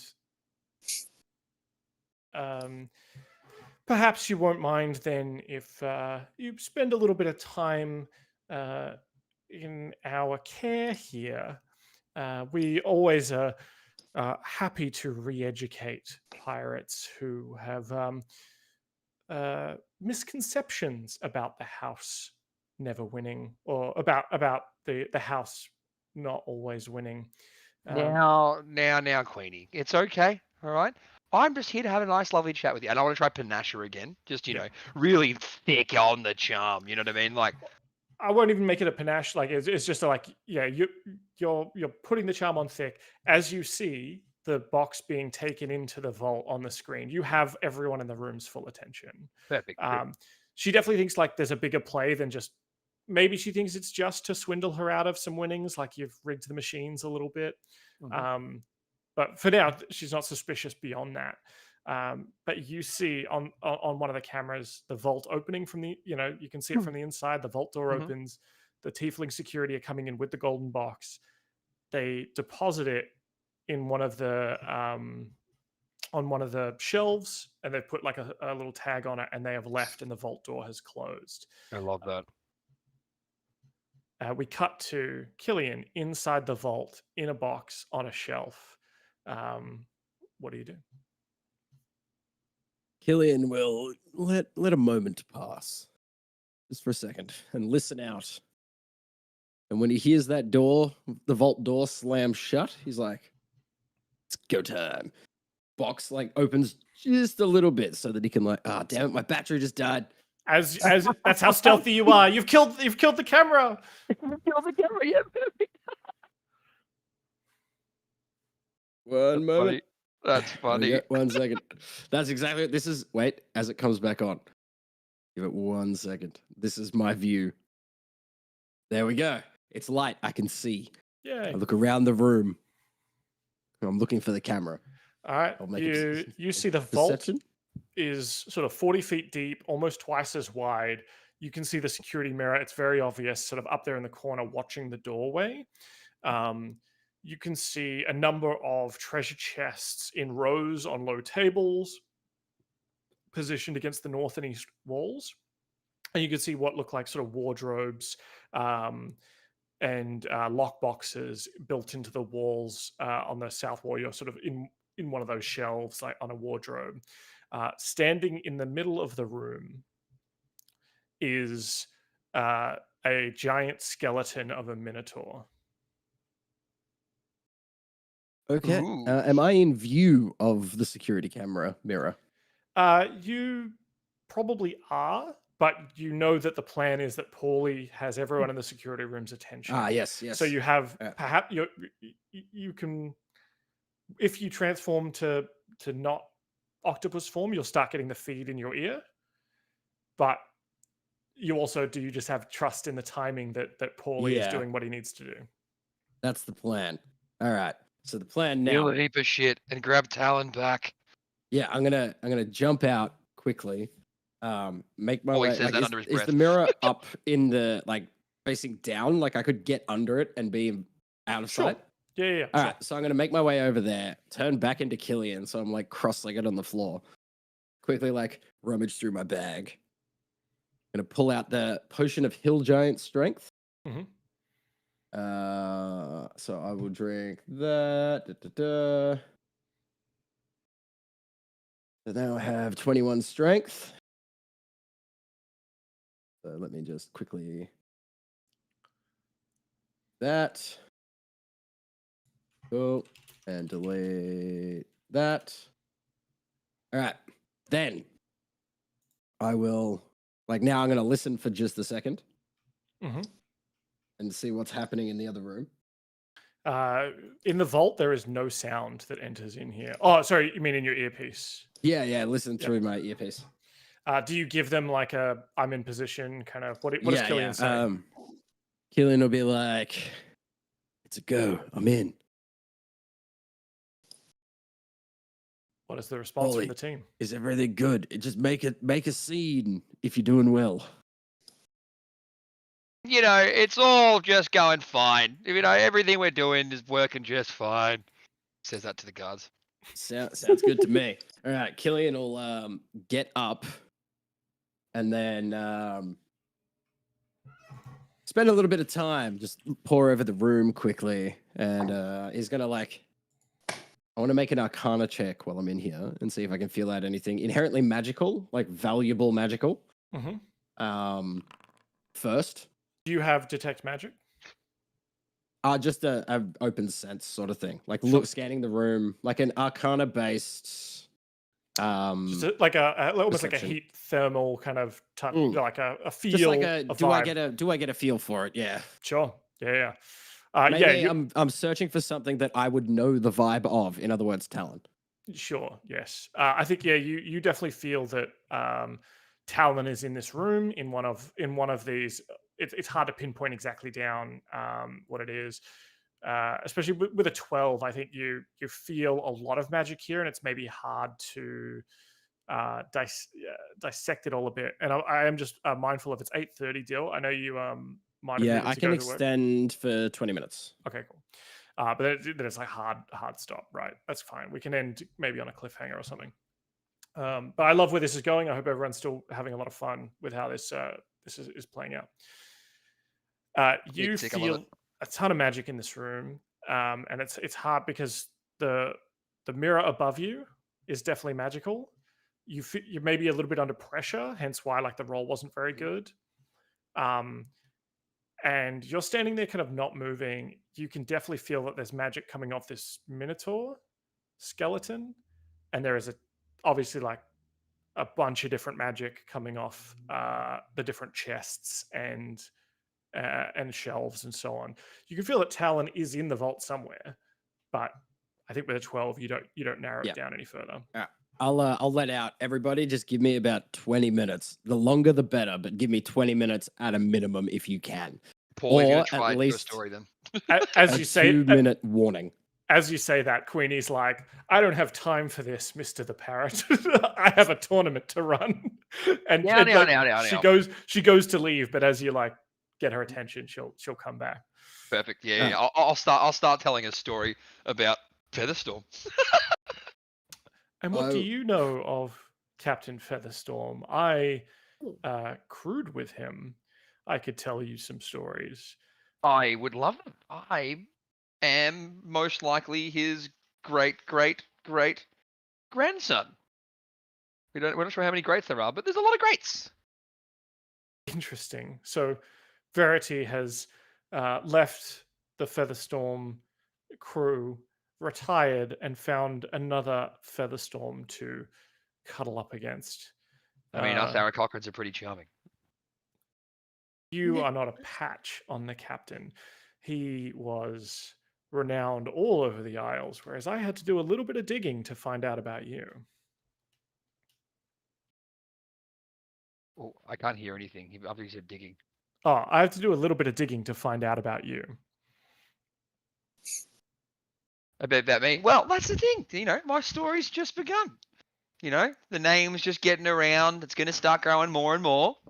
You know, but that's okay. She'll say, well, I guess we'll see about that. Although I didn't hear any stories of the captain leaving any progeny behind, though not for lack of trying. So you could just be full of you could just be as full as your cloaca, Mister the Parrot. And tell you what, once I get a break in this tournament, I will, perhaps if I have the time, I will come back and regale you with some stories. Oh, And come you on. will Just tell be me one story now. Come on, just give me one good story right now. Paulie, figure it out. Get her attention again. Don't let her leave. as we cut back into what's Kara and Yama doing here. I want to throw it out a little bit to what are each of you doing during this time? I would love to be laying down the groundwork for my lack of poker knowledge and be working on subtly intimidating the other people at my table. He's flexing his muscles, he's flashing his sword, he's talking about his extensive networks of clientele. But yes, he's going for subtle big flex. And now obviously Yama, you took a sip of that drink that Karu I made did. for you. Just so that we can kind of iterate that. Is that the first time Yama's had alcohol in a while? So I would say that he's been swept up in this persona. He took a sip because he was trying to hide his reaction to something, and so yes, this is his first sip of alcohol that he's had since his warmongering days. And how is that sort of hitting him? No role required, I don't think, but just like on a role play level, like, you know, I think what's that he's opening up in him? I think he's being a little bit mean. Like, if Karu or anyone was to overhear him right now, I think he's really coming across like a different person. He's always been kind and genteel around you guys, always thinking of others and, you know, playing host always, but now he's pressing people. He's being rude to them. He's talking himself up a lot. Yeah, he's coming across really cocky. Love it. Is he Very still different. drinking the drink? Is he like ordering more drinks? Like what kind of I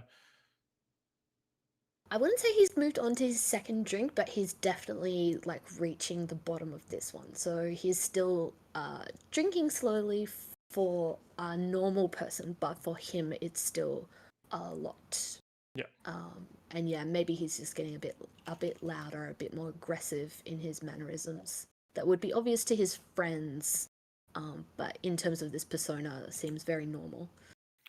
And I think that's an excellent segue. Karu, what's Karu's kind of reaction to this? If he gets circled back into the bar staff and the waiting area of the tournament, he catches some of this in person, if not directly giving, you know, Yama drinks and stuff like that. But how does Karu react to kind of you know, this sort of genteel figure kind of being very abrasive and actually drinking alcohol?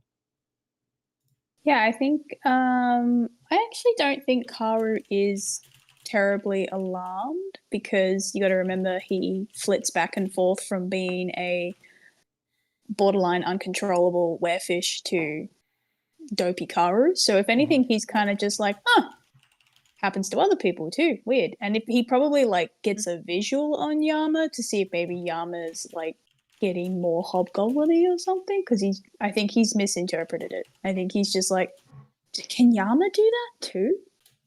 Have I rubbed up on Yama? So I think he's just kind of, I don't think he's not alarmed. He's just curious mostly. But he is kind of keeping an eye on Yama, but more just in case anything happens, rather than like, oh, I'm concerned that my friend is a mean drunk. Excellent. And there's sort of 7 other participants in the tournament. There's sort of a tiefling that's just chain smoking sort of foul cigars. and has this kind of big bellowing laugh, quaffing ale constantly, getting refills. Maybe Karu, you're coming up there and having to keep bringing back these tankards of ale. There's this kind of human man named Jeddah, who's just has this sort of like childlike enthusiasm about him, and seems to just be one of those, like, he doesn't really know how to play either. He's just here, Beps, because he's rich and he just decided to enter, and he's just like, I lost that hand. Oh well, whatever. And like, next hand, next one will be the one. Don't worry about it. And as you play on, you realize it's not a feint. Like, this guy actually just has no idea how to play cards either. One of them though is a drow, who is she's just got like the like the sawn glasses, like the smoked colored glasses, and she just sits there like silently and just does the hand motions and putting cards out and stuff, and is just like silent the entire time, just like really dialed in and focused on playing. And I think one other on your table is a dwarf who's kind of grumbling to himself a lot, and you can see him when he's playing. He's like, his lips are moving always constantly, and he's kind of grumbling to himself. You don't really pick up what he's saying, but he's kind of like talking to himself a little bit, and he's just very slow at playing his hands. And those are the people on your table. Younger is being especially mean to the poor guy who just wanted to have fun. Yeah, love that. All right, we cut back into the vault. Killian. Killian will, if he can still hear that everyone seems to be occupied, Killian will like spring up quickly, go to the most like least noticeable chests, and just have you done anything about the camera or the mirror? That's why I'm making my way towards the less noticeable ones at the moment. Okay, sure. So I'm gonna like quickly check the ones on this side of the room that like I may be on the edge of the screen, on the edge of their feed. Yeah. Go through as much as possible, trying to find Talon first. Okay. And then once I do, what is going on here? Once I do find Talon, I will then go to grab. With my strength, I want to drag the statue. It's not out that of the big. center of the. I just want to move it. The statue you're here to steal, or what statue? The statue we're here to steal. Yeah. Okay, it's not that big. You don't see it initially, but you think it's maybe in like one of these wardrobes, or like it's not on display in the middle of the vault, effectively. All right. Well, I want to like find it so I can see it. Mm-hmm. Then I'm going to quickly reach into my bag, grab out something about the same size, or find something in the room around the same size. I mean, we cut back. Did Paulie hand you a bag of his own poop before? Yeah, we did discuss that happening. We didn't play it out, I don't think. Yeah, no. Who wants to do that, really? That would be funny to just be like, oh, shit.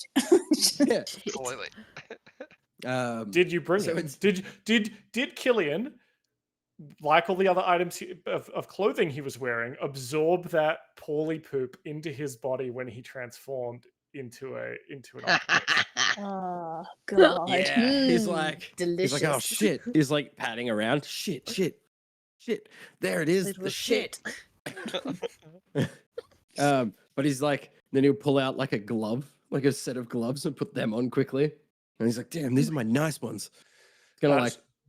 So you can see that the statue looks like this, but it's in almost like you can kind of just see it in like almost like a wardrobe. But there's some slits to see objects inside on shelves, but it appears to be a closed wardrobe. All right, so I'm gonna like peer through this wardrobe at it. I'm gonna quickly approximate the shape of it out of shit, and then I'm gonna spend about. I think it. Where is my? I don't reckon me. Blah blah blah. Spend about 10 minutes and quickly turn it into what it looks like.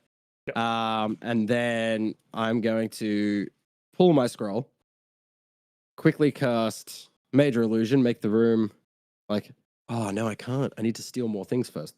Steal a bunch of shit. Like haphazardly, just like I've got talent in my belt. I'm just grabbing anything that looks like it's of value. Yeah, you attempt to open some of these things. They're all locked. Oh, well, lucky for me, I'm going to go to what looks like the most gaudy chest I can find. Yep, there's a big iron chest, and there's like 7 of them. Okay, I'm going to... They're not really gaudy. They're just like they're actually very utilitarian, but they're the biggest things in here probably. Okay, I'll go to the first one, and I'm just going to knock on it. And essentially, what I'm doing, I'm casting knock to unlock it. As you mark that off. As you cast the spell knock, you hear a click in one of the in the chest that you knock on, and as it opens up, you see it's just full of different denominations of coins, and you see almost like by magic, there's almost like a slit, but only on the inside of the lid. It's not on the outside of the lid as well. But coins come out of that and land in the chest as you've got it open. They kind of, and then you'll see like some vanish from the chest, or like stack themselves and then like vanish in a stack. And that's kind of happening back and forth. At a glance, how do I see any electrum? Sure, yeah. But as you do that, you feel the air in the vault move slightly as the giant minotaur skeleton turns to look at you. And that is where we'll end for this week. Yeah. And when you were like, "Oh, it's a giant minotaur skeleton," I was like, "Oh no, dude!" I thought I completely forgot that the statue was a tiny statue, and I thought the minotaur statue was the statue we had to steal. So that's why I was like, "Hill giant strength." Yeah. Oh, okay. Well, I like to think that like I feel the air around me like shift, and like my hand is on a stack of electrum. Like I'm grabbing as much electrum as possible quickly. You mean platinum? No, electrum. Isn't platinum more than the platinum is more than no electrum is 50 gold. It's 1 GP. Where is it? So electrum is platinum. Yeah, platinum coins, no electrum coins. Sorry. Gotcha. Yeah. Oh, so I'm trying to max value. Paulie in your ear is just like, oh, they called me the Platinum Pirate. The Platinum Pirate. I gotta know when this minotaur essentially like snorts the air and makes its presence known. What do we hear Killian say? Did Killian say anything over there? What's the final word? Yeah. Oh yeah, Killian's like electrum, platinum, electrum, platinum, electrum.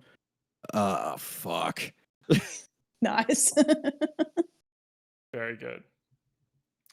All right. Yikes. Cool. That's where we'll end it this week with Yama at the tables, hopefully doing well. Karu, wherever he is, in the background of every scene. I'm in the kitchen currently, just screaming, "Yes, chef! Yes, chef!" It's just cutting up carrots. Paulie in the security room, trying to, every time Queenie goes to move away to go through the security room to the vault, is kind of like, whoa, one more thing. And then of course Killian in the vault alone. Well, maybe not alone. Is Killian our squishiest person? Body? Yeah. Well, cool. I mean, I currently have a lot of strength and an AC of 16, but I can also... Your AC is fucking higher than mine right now. Mine's 15. Yeah, because I have a tattoo that gives me really high AC. But I can also mine's only 20. I can summon a dragon and turn into a dragon-ish approximation in Killian's mind. Yeah, that'll be really good for a stealthy... I was going to say, that's going to blow work. up the whole casino. Also, you're in like a small vault with a very narrow corridor you have to get out of. Yeah, I turn into a dragonkin style I'm still the same size. I'm just a hell of a lot stronger with a lot more health. And you've got Talon. Yeah, and I You can do have also a good- cast. You do have a good sword. Yeah, especially if I transform, I'm really good with swords when I transform. I could also just try to disintegrate it. If in Not doubt, Talon, disintegrate. Yeah, don't you fucking disintegrate Talon. Yeah, Oh, sorry, Paulie, I didn't find it. that'll be a very Remove from my tattoo. that'll be a very interesting scenario if and when Queenie and her security guards walk into that vault to come pick up the statue. If there's just a bunch of dust on the ground where a Minotaur skeleton Major used illusion, baby. Yeah. Look, this is all going to plan, Dan. I don't know why. Totally going to plan. I don't Yeah, know what why are you you're stressed about? criticized. Why? Yeah, why are you worried? Yeah, Verity Kyle is sitting there at the bar going like, uh-huh. I forgot that Verity could hear us. Yeah. Yeah. But yeah, that's where we wrap up. Hopefully, Dylan, that gives you time to jump. I know you got to bail to get to work, but thank you for giving us that little bit of extra time. I think it was worth it, and we'll pick that up next week, hopefully with Heist Part 2, Electric Boogaloo, to see if the Oceans 4 can the Deep Oceans 4 can make their way out of the vault with what they need. Love it. We'll figure it out. I believe it. All right, good night. Bye-bye. Good night. Bye.